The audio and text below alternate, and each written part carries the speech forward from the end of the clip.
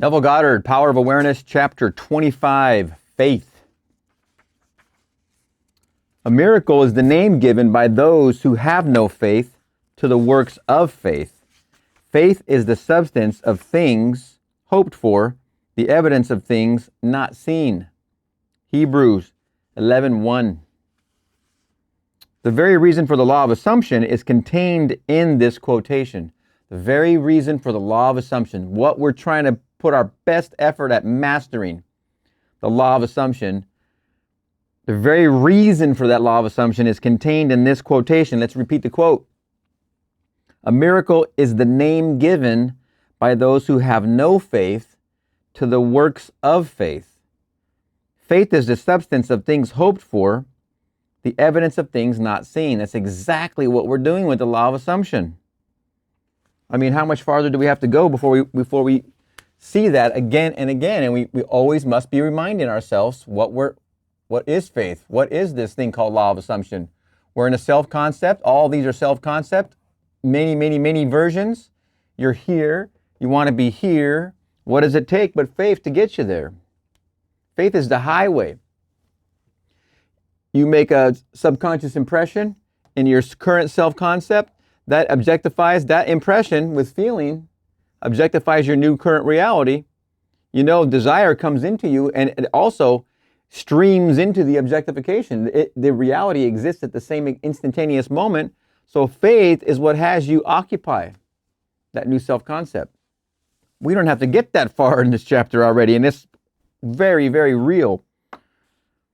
If there were not a deep-seated awareness that which you hoped for had substance and was possible of attainment, it would be impossible to assume the consciousness of being or having it. Right there.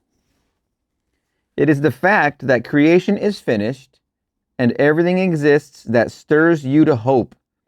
And hope, in turn, implies expectation. And without expectation of success, it would be impossible to use consciously the law of assumption. Evidence is a sign of actuality. Thus, this quotation means that faith is the awareness of the reality of that which you assume. Faith is the awareness of the reality of that which you assume. You become aware when you get that desire and you're aware of that new car with its new features. That awareness, let me repeat this. Faith is the awareness of the reality of that which you assume. You get that the features on the brochure that came to you in the mail, or the cruise to the Rhine River or the Danube or whatever it is, and you see yourself on the cover of that on that longboat going up the Danube. You're like, oh, yeah, I can see that. Just your awareness of that is the reality of that which you assume. You make the assumption and you experience the reality. Faith is the awareness of the reality of that which you assume. Consequently, it is obvious that a lack of faith means disbelief in the existence of that which you desire. Inasmuch as that which you experience is the faithful reproduction of your state of consciousness, lack of faith will mean perpetual failure in any conscious use of the law of assumption. Oh, I hate this sentence, but I love it too. We got to repeat it. Inasmuch as that which you experience is the faithful reproduction of your state of consciousness, which you're already experiencing, lack of faith will mean perpetual failure in any conscious use of the law of assumption. What you're experiencing and where you are now, something got you there. The law of assumption put you here where you are currently right now. And if you feel like it's a struggle or you feel like you're not manifesting or getting past that hump, it's because this chapter has a lot to do with that. And I know faith of a mustard seed, and you got to have faith, and faith is sticking to the things not seen. But all these little pieces fit together. All these chapters are in this sequence for a reason. If you caught on to one of the shorts or you caught on to just this video, go to the beginning. Go to the Co-Creation bookshelf in the home tab of this channel. I recommend start at the very beginning and just go through all the videos. I'm about to put them all in one video. Each book will be in one video, so it'll be simpler. You don't got to press ahead and things like this. So I'm about to make a change there just to add to the channel, to add for convenience. But the idea is these components and these pieces in these chapters all have a sequence for a reason.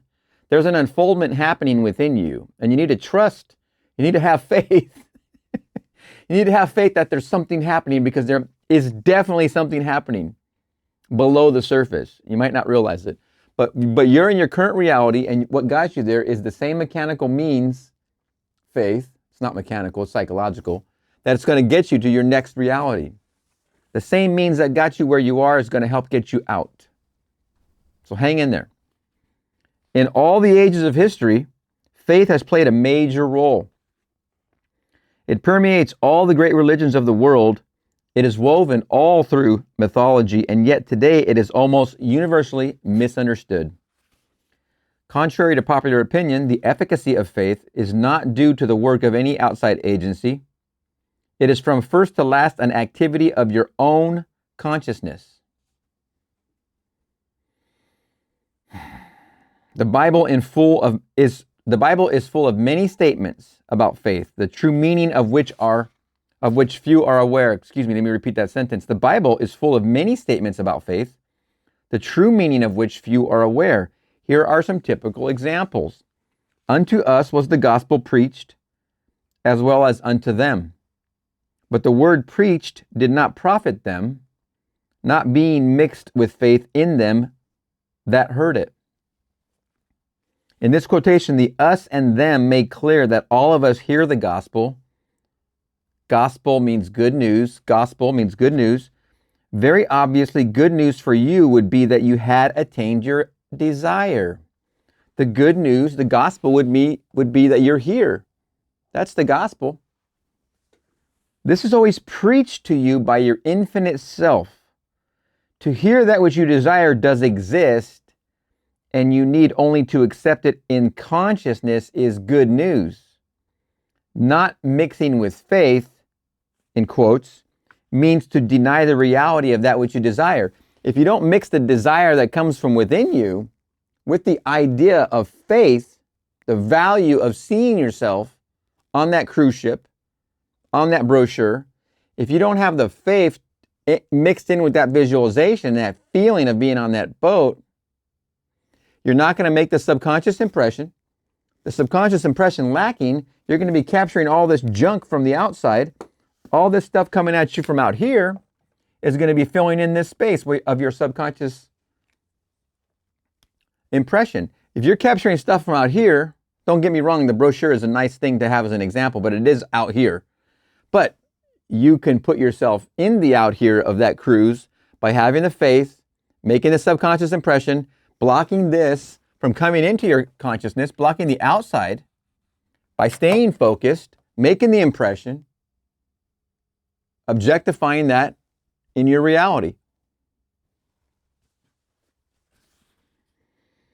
Not mixing with faith means to deny the reality of that which you desire. Hence, there is no profit attainable.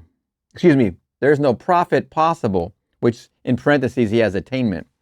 Repeating, not mixing with faith, that means to deny the reality of that which you desire. Hence, there is no profit possible. P-R-O-F-I-T, profit, in quotes. O faithless and perverse generation, how long shall I be with you? Matthew 17:17.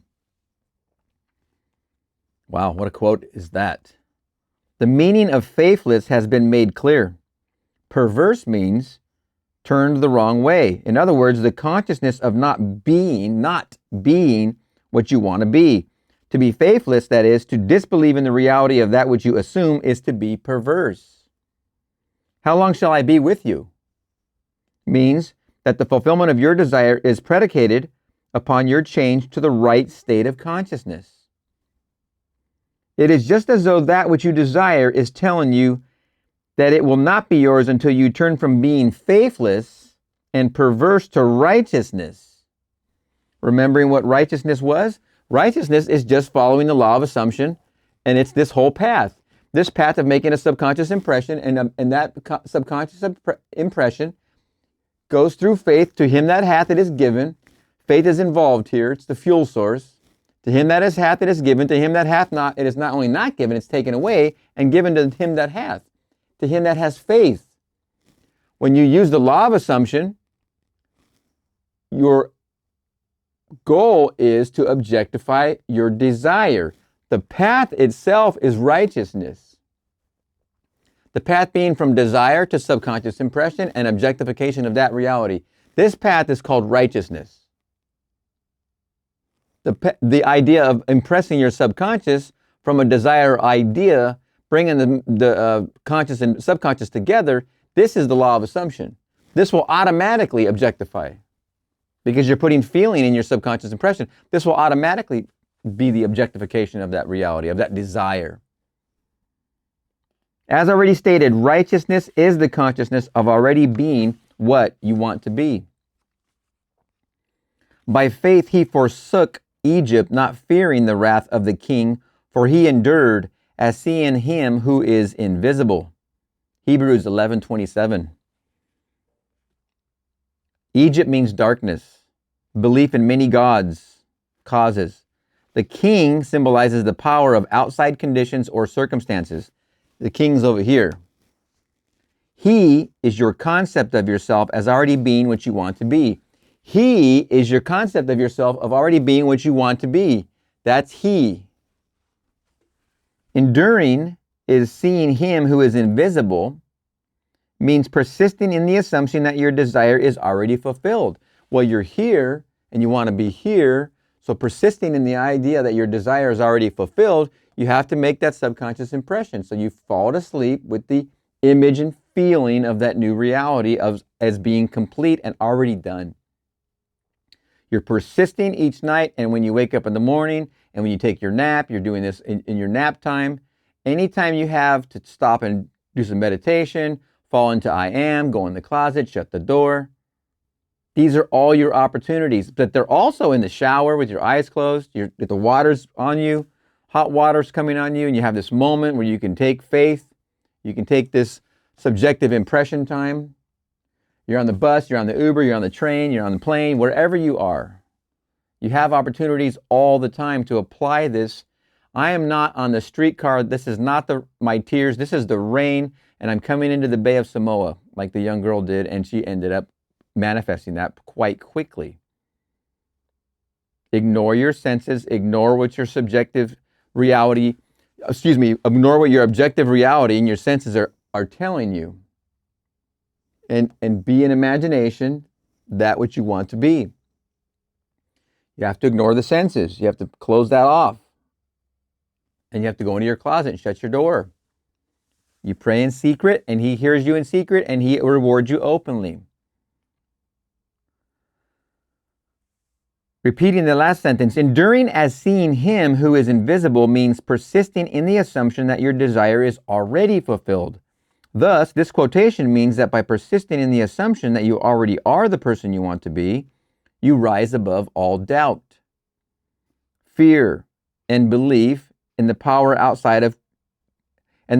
outside conditions or circumstances, and your world inevitably conforms to your assumption. What a wonderful, wonderful sentence. I mean, come on, let's give that one another go round. This quotation means the one above, which was, by faith he forsook Egypt, not fearing the wrath of the king, for he endured as seeing him who is invisible.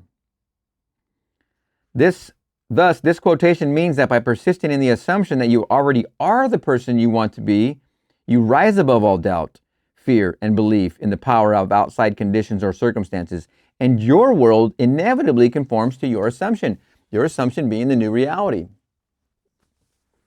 The dictionary definitions of faith: the assent of the mind or understanding to the truth, unwavering adherence to principle. I mean, there it is, right? The dictionary definitions of faith are so pertinent that they might well have been written with the law of assumption in mind. Faith does not question, faith knows. Faith does not question, faith knows. What are you willing to know about your desire? What are you willing to investigate and learn? That way you can feel it real when you fall asleep and when you wake up. What are you willing to pour the faith into? Faith is also very much like the pouring of emotion, feeling, water, belief. These are all very similar concepts. But the idea is here, what is it you want to invest in with your faith that makes the subconscious impression that then becomes the kingdom of heaven literally? It becomes the kingdom of heaven literally. What are you willing to put in? What are you willing to put in? Not just the practice of SATS, but what is your desire? Have you gone into your closet and shut the door and performed your I am meditation? You ask, what is it I would love to do? What is it I want to major in college? What is it I want to what do I want to do as a career? What makes me happiest? What did I always want to be when I was a kid? When I was a kid, I always loved. What is that? You're going to find out when you go into your I am, you shut off the senses, go into your I am, shut off the world, because out here is not where the answer is.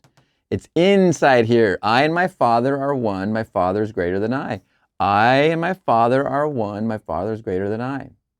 This is where your answer is. You're plugged directly into Him. This is your self-concept. You've been changing self-concept quite handsomely all your life. So you might as well aim the direction in towards that which you desire. You're using the same energy. And if you ignore this whole law, you're still doing it. So you might as well take advantage of it. It's here for you. The law is for you. It's not against you. This whole law concept, this path of righteousness, this whole thing is for you. It's for you to have a wonderful life.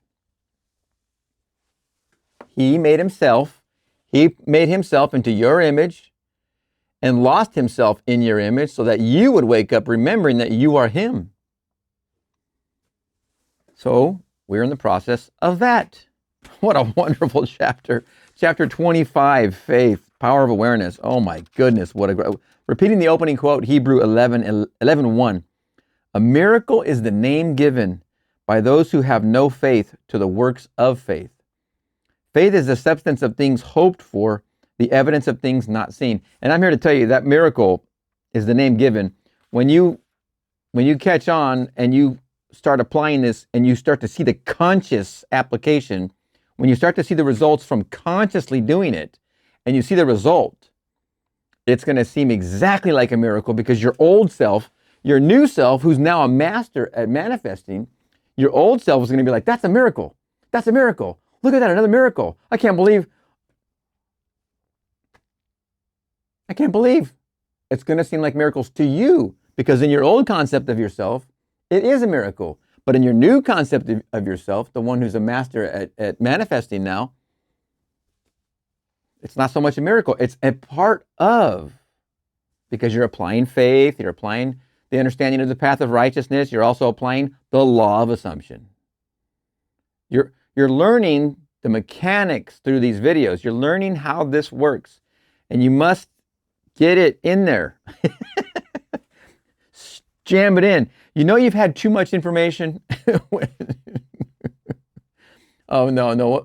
That applies to something else. Somebody asked me one time, how do you know if you drink too much water? Because I believe in drinking a lot of water. And I says, well, if you drink too much water, you lean your head over and a lot of water starts pouring out. So, you know you've had too much information and content gathering when you're not seeing results, you're not applying. That means you're stuffed full of content. You're mentally overflowing, but you've got to get down and do the practice. All right. We'll see you in the next chapter.